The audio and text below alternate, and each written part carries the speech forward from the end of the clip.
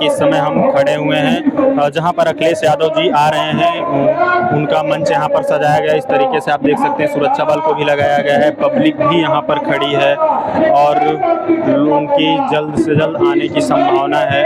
इस तरीके से आप देख सकते हैं काफ़ी भीड़ है। आगे भी हम दिखाने का आपको प्रयास करेंगे, जैसा कि आप आगे देख सकते हैं इस तरीके से।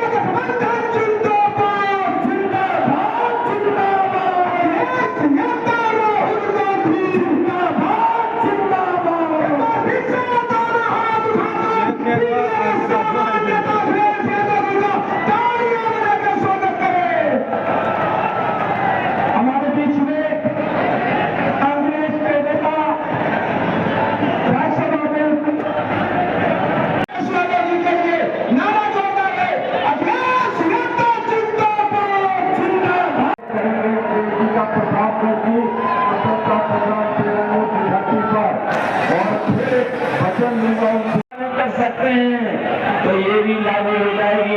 इसलिए भारतीय जनता पार्टी से मैं आपको भी सावधान कर रहा हूं। महंगाई कहां पहुंचा दी बीजेपी के लोगों ने सोचिए, और महंगाई तो बढ़ाई बढ़ा दी, लेकिन हमारे किसानों की खाद की बोरी से भी चोरी हो गई। जो खाद चोरी हुई, पहले 5 किलो चोरी की, फिर 5 किलो चोरी हो गई खाद।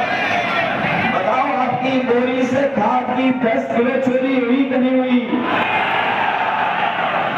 मैं कभी कभी हिसाब किताब लगाता हूं कि ये बोरी की चोरी कहां से सीखी होगी इन्होंने।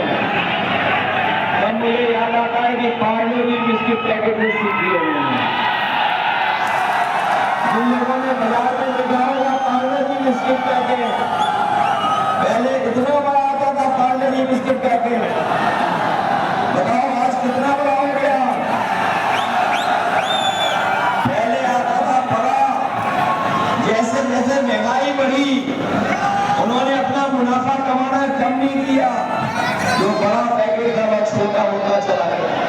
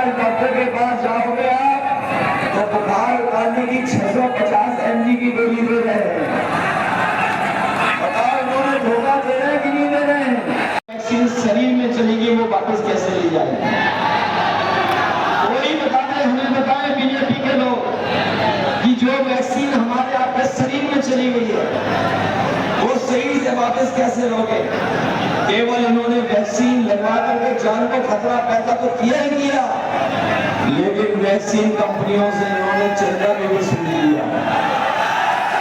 बताओ चंदा वसूला कि नहीं वसूला? बड़े-बड़े उद्योगपतियों से चंदा ले लिया, 1,000 करोड़ ले लिया, 500 करोड़ लिया, 400 करोड़ लिया। और ये इलेक्ट्रॉल बॉन्ड जो चंदा लिया है उसकी वजह से भी महंगाई है। जहाँ भ्रष्टाचार बढ़ाया इन्होंने, वहीं महंगाई भी बढ़ाई है इन्होंने इलेक्ट्रॉल बॉन्ड लेकर के। और जब कभी भी कोई इनसे इलेक्ट्रॉल बॉन्ड के बारे में पूछे तो बताओ कोई जवाब है इनके पास तो नहीं है। ये इलेक्ट्रॉल बॉन्ड के बारे में चर्चा नहीं कर रहे, क्योंकि इलेक्ट्रॉल बॉन्ड ने इनके भ्रष्टाचार की पोल खोल दी और इलेक्ट्रॉल बॉन्ड ने इनका बैंड बजा दिया पूरे देश का दुनिया में। ये चुनाव से पहले बहुत अच्छा राशन की चर्चा करते थे, राशन दे रहे थे सबको, 2022 में राशन दे रहे थे। आज बताओ राशन जो दे रहे हैं उसकी गुणवत्ता क्या है? पहले तो चना दे रहे थे, रिफाइंड तेल दे रहे थे, दाल दे रहे थे। बताओ आज राशन में क्या दे रहे हैं लोग? राशन भी कम कर दिया। इसलिए इंडिया गठबंधन और समाजवादी पार्टी और कांग्रेस ने तय किया है कि आने वाले समय में जब सरकार बनेगी तो ना केवल आपका राशन बढ़ाया जाएगा, राशन की मात्रा भी बढ़ाई जाएगी, जिससे हमारे गरीबों को हर पेट खाना मिल जाए पूरे परिवार को।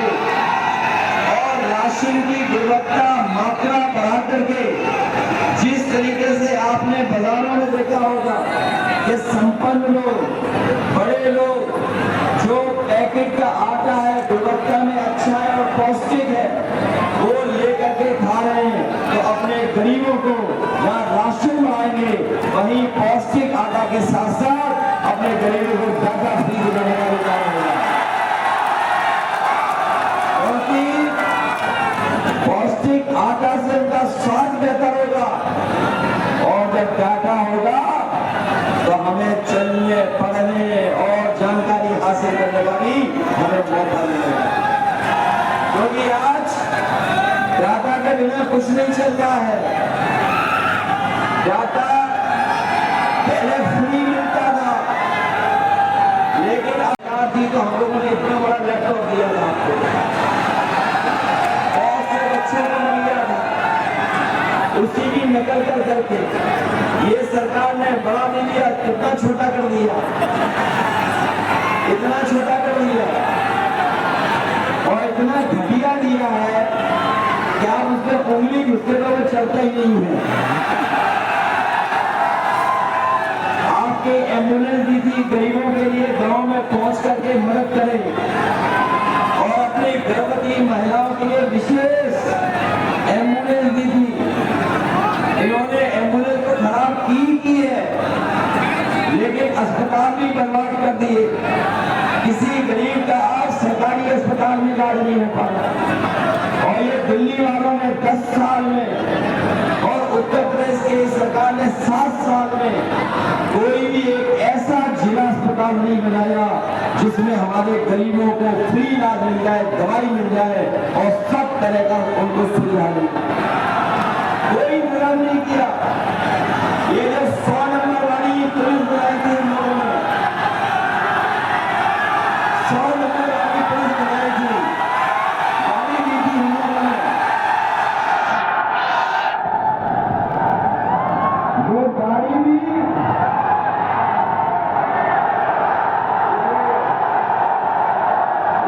वो नौजवान हमें दिखाई दे रहा है जिसकी ताकत कम है।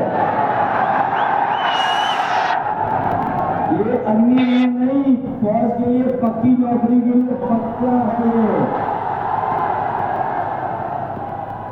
दोनों हाथ से पकड़ोगे तो नहीं गिर जाओगे। हमने सामने देख लिया, तुम्हारी हाथ में बहुत ताकत है, तुमने देख लिया। फिजिकल यूं ही पास कर जाएगा, इसको जरूरत नहीं और किसी चीज की। इसीलिए मैंने कहा कि हमारे गांव के और गरीब नौजवान इतना मजबूत है शरीर से कि उसे पक्की फौज की नौकरी मिलनी चाहिए। इसलिए कहीं नहीं स्वीकार करेंगे, हम लोग पक्की नौकरी देना चाहेंगे। इसलिए इस समय हम आप सबसे अपील करने आए हैं, जो बहुजन समाज के लोग हैं और हम समाजवादी लोगों ने संकल्प लिया है कि जो संविधान बदलने को निकले हैं उन सबको हम लोग बदलने का काम करेंगे। आप देखिएगा बड़ी बड़ी होर्डिंग लगाई दिल्ली वालों ने, उसमें से तो बहुत सारे पहले ही गायब हुए हैं, कोई दिखाई नहीं दे रहा है, सब गायब हो गए। इसलिए जहां ये हमारे आपके भविष्य का और आने वाली पीढ़ी के भविष्य का चुनाव है, वहीं ये संविधान बचाने का भी चुनाव है। एक तरफ वो लोग हैं जो संविधान को बदलना चाहते हैं, दूसरी तरफ हम सब लोग हैं जो मिलकर के संविधान बचाना चाहते हैं। ये संविधान रहेगा तो हमें आपको अधिकार मिलेंगे, ये संविधान रहेगा तो हमें न्याय मिलेगा। यही संविधान में जो हमें आरक्षण दिलाता है, यही बाबा साहब भीमराव अम्बेडकर जी का संविधान हमारे रात के लिए संजीवनी है, संजीवनी। इसलिए जहां 2024 का चुनाव सरकार बदलने का है, वहीं संविधान बदलने का भी चुनाव ये 2024 का है। इससे मदद करिए। और हम लोगों ने तय किया है कि अपने किसानों का भी कर्ज पूरा का पूरा माफ होगा, उन्हें सोचना नहीं पड़ेगा। इन्होंने बड़े बड़े उद्योगपतियों ने कर्ज माफ कर दिया, करोड़ों करोड़ों रुपए माफ कर दिए, 25 लाख करोड़ रुपए माफ किए हैं। हम अपने गरीबों को, किसानों को भरोसा दिला के जा रहे हैं कि आपके लाखों का कर्जा माफ करने का काम करेंगे और आपकी फसल के लिए कानूनी अधिकार दिला करके आपको MSP भी दिलाने का काम होगा। जहाँ MSP दिलाएंगे किसानों को, वही हमारी माताओं बहनों को याद होगा। हम लोगों ने करीब 500 रुपए में पेंशन देने का काम शुरू किया था। उसके बाद कन्या विद्याधन दे रहे थे 30,000 रुपए। इधर जब चुनाव दूसरी बार हुआ तो हम लोग 6,000 उनको समाजवादी पेंशन देने जा रहे थे, लेकिन हमारी सरकार नहीं बनी। इस बार कांग्रेस पार्टी, इंडिया गठबंधन और समाजवादी पार्टी ने तय किया है कि इस बार अपनी गरीब माताओं बहनों के अकाउंट में 1 लाख रुपए पहुंचा करके उनको सम्मान करने का काम करेंगे। 1 लाख। वही हमारे 69,000 वाले नौजवान जानते हुए शिक्षक, इनके साथ न्याय नहीं हुआ है, हम इनको न्याय दिलाएंगे। वही हमारे सम्मान देने का काम किया था समाजवादियों ने। जैसे सरकार आई तो फिर पीछे कर दिया गया। ये दिल्ली की योजना थी, दिल्ली से शुरू हुई थी, इसलिए अपने शिक्षा मित्रों को हम कह के जा रहे हैं, जहाँ शिक्षक भर्ती बढ़ाएंगे वही शिक्षा मित्रों को भी मदद करेंगे।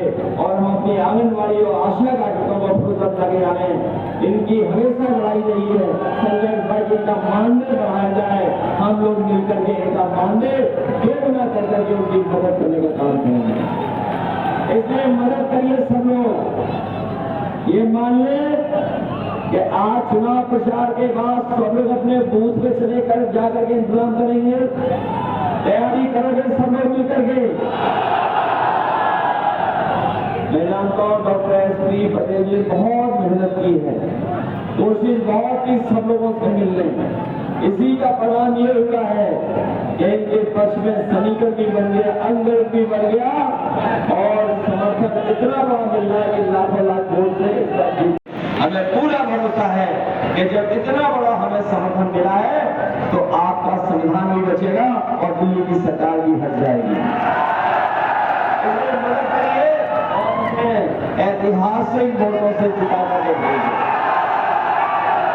जिताओगे आप सब लोग।